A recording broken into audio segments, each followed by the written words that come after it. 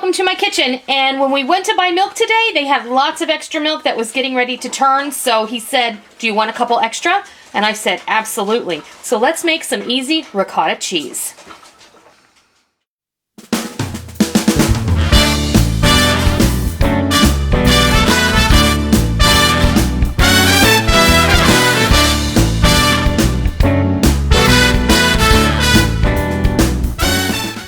We're at 180 now, and we have 1 gallon of whole milk here heating over medium heat. And what I'm going to do now is I'm going to take 1/4 cup of white vinegar to this 1 gallon of whole milk, and I'm just going to drizzle it right on in there.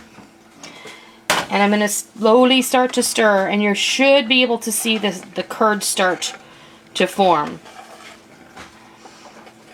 And I'm going to leave it on the heat for just a minute. At 185, these curds are going to start to really come up, and you don't want to like briskly whisk this. You really want to slowly just agitate it slightly. And then you're going to see the curds start to form. You talking about stainless steel? It should be a stainless steel pot, stainless steel utensils. Everything should be washed prior and sanitized before you start, as well as your thermometer and anything that's going to touch this.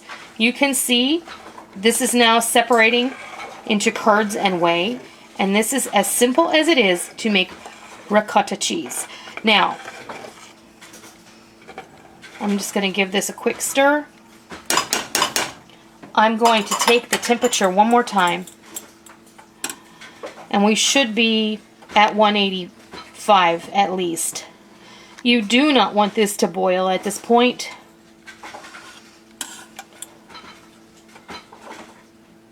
And it may just take a second for that to come up, but I think that we're going to be there. And if we're not there, we're going to be pretty darn close. We've already broken a curd, so I think we're good to go. You can also add heavy cream to the milk if you don't feel like your milk is rich enough. You can add 2 cups per gallon, and you can also halve this and make a half a gallon of milk and 1 cup of heavy cream and 2 tablespoons of white vinegar. You can also alternatively use fresh lemon juice, not bottled lemon juice, and that will be up to you or whatever it is you have on hand. This is just slightly over 180. I'm not going to worry about it reaching 185 because, like I said, we've already accomplished what we set out to do. So now I'm going to go ahead, I'm just going to give this one more stir.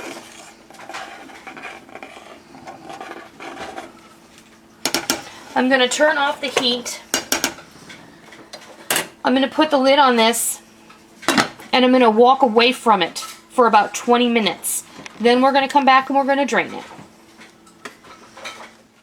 Okay, we have allowed this to sit for about 20 minutes, and now I know it seems kind of like overkill. I could just dump this whey right into the bowl and have it catch all the curd, but I'm really kind of wanting to keep the curd.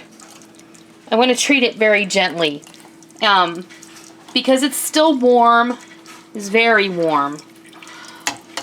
But I want to keep this whey because I'm going to use it in my bread. I'm going to bake my my weekly bread, and I'm going to get as much of my curd out of here as possible. And you can see here that I've gotten a lot out of this pot. And the little bits and pieces, they'll just keep surfacing. But for the most part, we have the bulk of the ricotta in the colander. This, you can put it in a jar, allow it to cool. And like I said, I'm going to use this in my bread. So I'm just going to take that and let it sit and cool off. And then I'll strain it one more time after I take this out.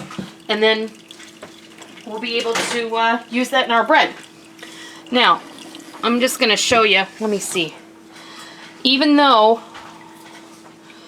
I strained that off, there's still a tremendous amount in the bowl right underneath. And it's still draining. So what you can do is you can just allow this. Don't squeeze it too much right now because the cheese is still really hot.